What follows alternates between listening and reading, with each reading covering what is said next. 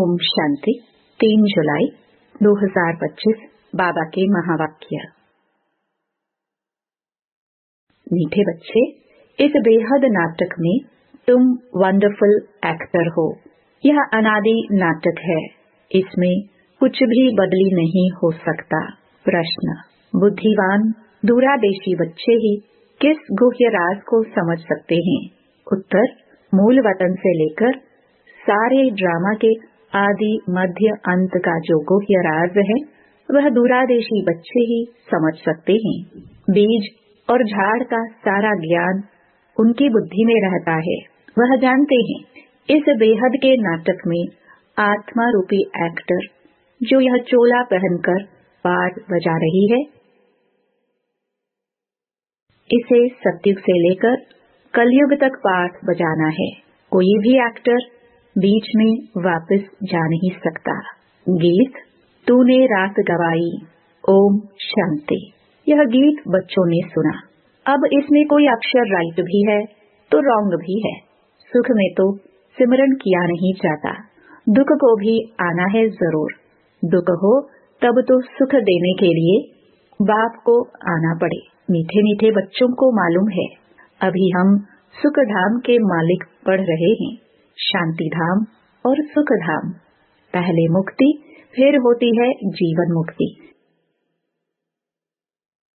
शांति धाम घर है, वहाँ कोई पाठ नहीं बजाया जाता। एक्टर्स घर में चले जाते हैं, वहाँ कोई पाठ नहीं बजाते। पाठ स्टेज पर बजाया जाता है। ये भी स्टेज है। जैसे हद का नाटक होता है, वैसे यह बेहद का नाटक है। इनके आदि मध्य अंत का राज सिवाय बाप के कोई और समझा न सके। वास्तव में यह यात्रा अथवा युद्ध अक्षर सिर्फ समझाने में काम में लाते हैं। बाकी इसमें युद्ध आदि कुछ है नहीं।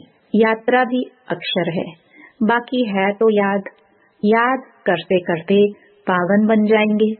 यह यात्रा पूरी भी यहाँ ही होगी। कहाँ जाना नहीं है, बच्चों को समझाया जाता है। पावन बनकर अपने घर जाना है। अपवित्र तो जाना सके, अपने को आत्मा समझना है। मुझ आत्मा में सारे चक्र का पाठ है। अभी वह पाठ पूरा हुआ है। बाप राय देते हैं, बहुत सहज, मुझे याद करो। बाकी बैठे तो यहाँ ही हो, कहाँ जाते नहीं हो। बाप आकर कहते हैं, मुझे याद करो तो तुम पावन बन जाएंगे। युद्ध कोई है नहीं, अपने को तमो प्रधान से सतो प्रधान बनाना है। माया पर जीत पानी है। बच्चे जानते हैं 84 का चक्र पूरा होना है। भारत सतो प्रधान था, उसमें जरूर मनुष्य ही होंगे। जमीन थोड़ी बदलेगी। अभी तुम जानते हो हम सतो प्रधान थे, फिर तमो प्रधान बने, अब फिर सतो प्रधान बनना है। मनुष्य पुकारते भी हैं कि आकर हमको पतित से पावन बनाओ, परंतु वह कौन है, कैसे आते हैं, कुछ नहीं जानते। अभी बाबा ने तुम्हें समझदार बनाया है। कितना ऊंच मर्तबा तुम पाते हो। वहाँ के गरीब भी बहुत ऊंच है यहाँ के साहूकारों से। भल कितने भी बड़े बड़े राजाए थे, धन बहुत था, परंतु है तो विकारी न। इनसे वहाँ की साधारण प्रजा भी वो बहुत ऊंच बनती है। बाबा फर्क बतलाते हैं। रावण का परछाया आने से पतित बन जाते हैं। निर्विकारी देवताओं के आगे अपने को पतित कह माथा जाकर टेकते हैं। बाप यहाँ आते हैं तो फट से ऊंच चढ़ा देते हैं। सेकंड की बात है, अभी बाप ने तीसरा नेत्र दिया है ज्ञान का। तुम बच्चे दूरादेशी बन जाते हो। ऊपर मूल वतन से लेकर सारे ड्रामा का चक्र तुम्हारी बुद्धि में याद है।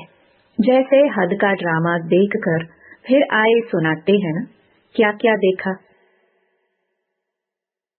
बुद्धि में भरा हुआ है जो वर्णन करते हैं। आत्मा में भरकर आते हैं, फिर आकर डिलीवरी करते हैं। यह फिर हैं बेहद की बातें। तुम बच्चों की बुद्धि में इस बेहद ड्रामा के आदि मध्य अंत का राज रहना चाहिए, जो रिपीट होता रहता है। उस हद के नाटक में तो एक एक्टर निकल जाता है तो फिर बदले में दूसरा आ सकता है। कोई बीमार हुआ तो उनके बदले फिर दूसरा ऐड कर देंगे। यह तो चैतन्य ड्रामा है, इसमें जरा भी अदली बदली नहीं हो सकती। तुम बच्चे जानते हो, हम आत्मा है। यह शरीर रूपी चोला है जो पहनकर हम बहुरूपी पार्ट बजाते हैं।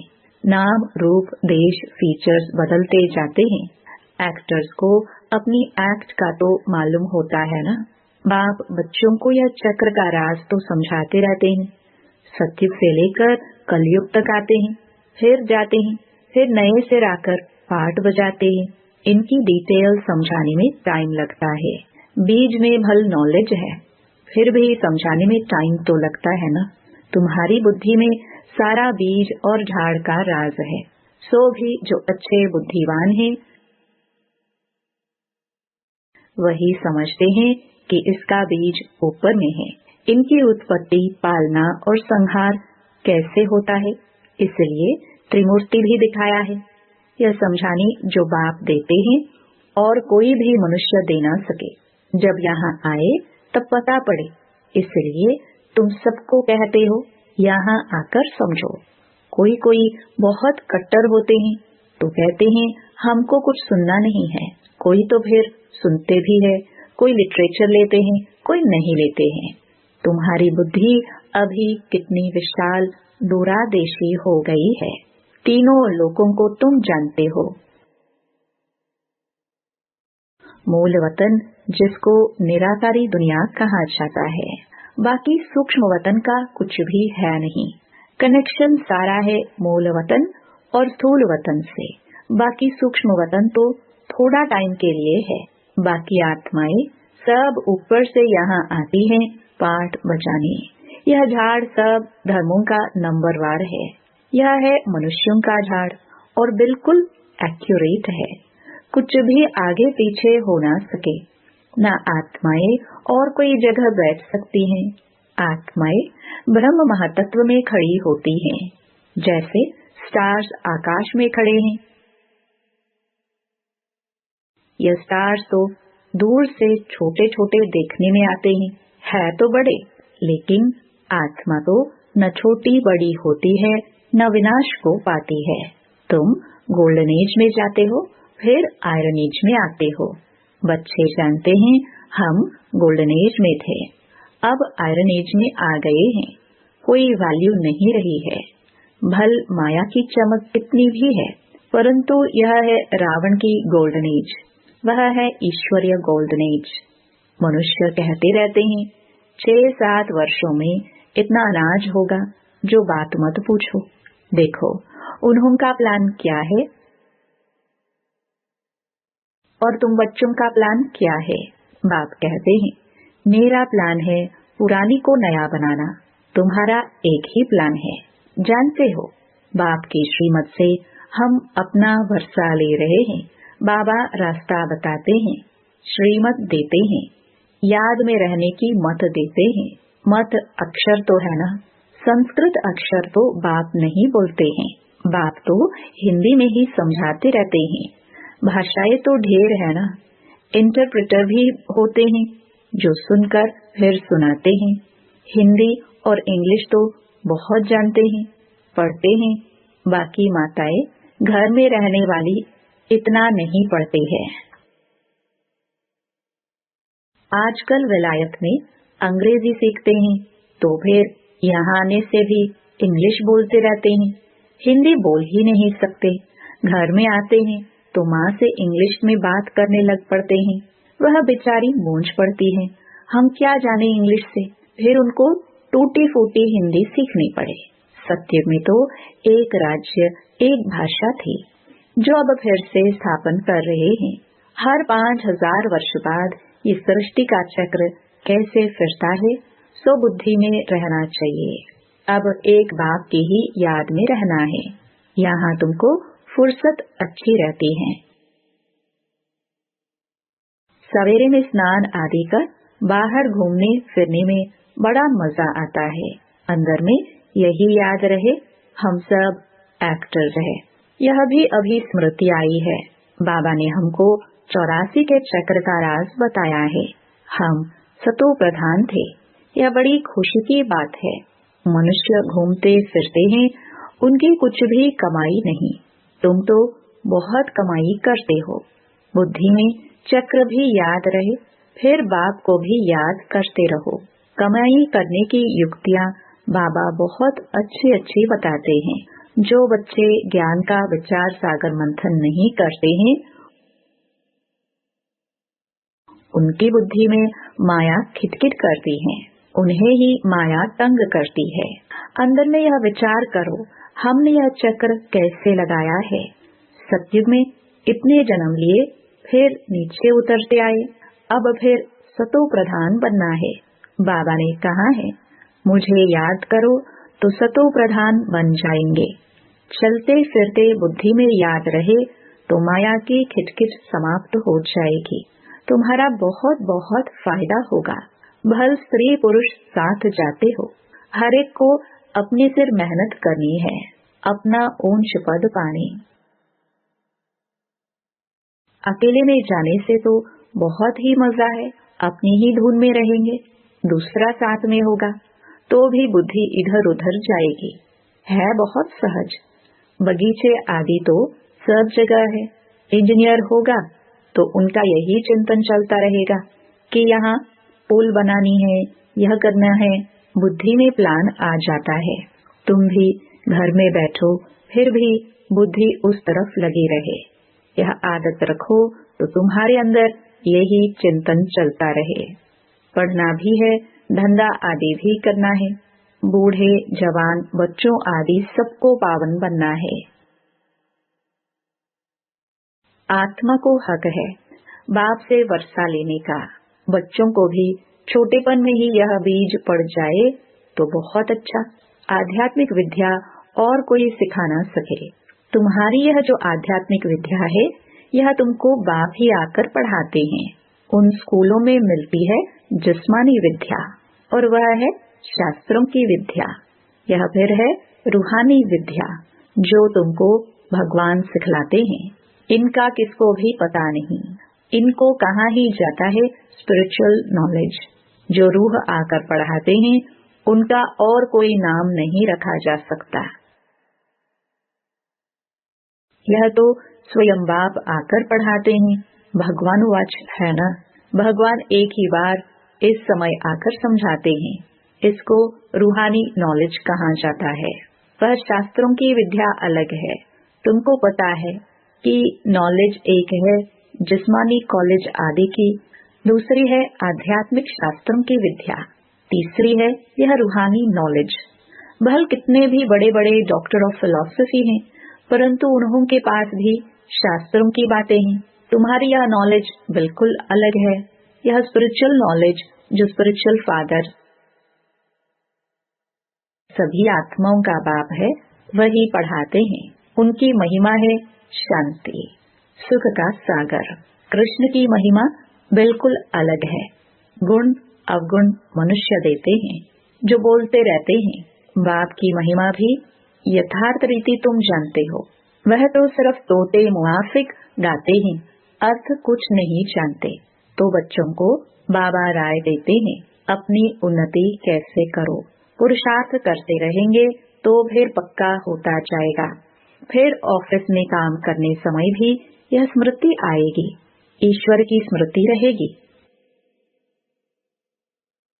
माया की स्मृति तो आधा कल्प चली है। अभी बाप यथार्थ रीति बैठ समझाते हैं। अपने को देखो, हम क्या थे, अब क्या बन गए हैं। फिर हमको बाबा ऐसा देवता बनाते हैं। यह भी तुम बच्चे ही नंबरवार पुरुषार्थ अनुसार जानते हो। पहले पहले भारत ही था। भारत में ही बाप भी आते हैं पाठ बजाने। तुम भी आदि सनातन देवी देवता धर्म के हो ना। तुमको पवित्र बनना है, नहीं तो पिछाड़ी में आएंगे, फिर क्या सुख पाएंगे। भक्ति जास्ती नहीं की होगी तो आएंगे नहीं। समझ जाएंगी यह इतना उठाने वाला नहीं है। समझ तो सकते हैं ना, बहुत मेहनत करते हैं, फिर भी कोई विरले निकलते हैं, लेकिन थकना नहीं है। मेहनत तो करनी है, मेहनत बगैर कुछ मिलता थोड़ी है। प्रजा तो बनती रहती है। बाबा बच्चों को उन्नति के लिए युक्ति बताते हैं। बच्चे, अपनी उन्नति करनी है तो सवेरे सवेरे स्नान आदि कर एकांत में जाकर चक्कर लगाओ व बैठ जाओ। तंदुरुस्ती के लिए पैदल करना भी अच्छा है। बाबा भी याद पड़ेगा और ड्रामा का राज भी बुद्धि में रहेगा। कितनी कमाई है? यह है सच्ची कमाई। वह कमाई पूरी हुई, फिर इस कमाई का चिंतन करो। डिफिकल्ट कुछ भी नहीं है। बाबा का देखा हुआ है, सारी जीवन कहानी लिखते हैं। आज इतने बजे उठा, फिर ये किया, समझते हैं। पिछाड़ी वाले पढ़कर सीखेंगे। बड़े बड़े मनुष्यों की बायोग्राफी पढ़ते हैं ना, बच्चों के लिए लिखते हैं। फिर बच्चे भी घर में ऐसे अच्छे स्वभाव के होते हैं। अभी तुम बच्चों को पुरुषार्थ कर सतो प्रधान बनना है। सतो प्रधान दुनिया का फिर से राज्य लेना है। तुम जानते हो, कल्प कल्प हम राज्य लेते हैं और फिर गवाते हैं। तुम्हारी बुद्धि में यह सब है। यह है नई दुनिया, नए धर्म के लिए नई नॉलेज। इसलिए मीठे मीठे बच्चों को फिर भी समझाते हैं, जल्दी जल्दी पुरुषार्थ करो। शरीर पर भरोसा थोड़ी है। आजकल मौत बहुत इजी हो गया है। वहाँ अमर लोक में ऐसी मृत्यु कब होती नहीं। यहाँ तो बैठे बैठे कैसे मर जाते हैं। इसलिए अपना पुरुषार्थ करते रहो, जमा करते रहो। अच्छा, धारणा के लिए मुख्य सार। पहला, बुद्धि को ज्ञान चिंतन में बिजी रखने की आदत डालनी है। जब भी समय मिले एकांत में जाकर विचार सागर मंथन करना है। बाप को याद कर सच्ची कमाई जमा करनी है। दूसरा, दूरादेशी बनकर इस बेहद के नाटक को यथार्थ रीति समझना है। सभी पाठधारियों के पाठ को साक्षी होकर देखना है। वरदान, मधुरता के वरदान द्वारा सदा आगे बढ़ने वाले श्रेष्ठ आत्मा भव।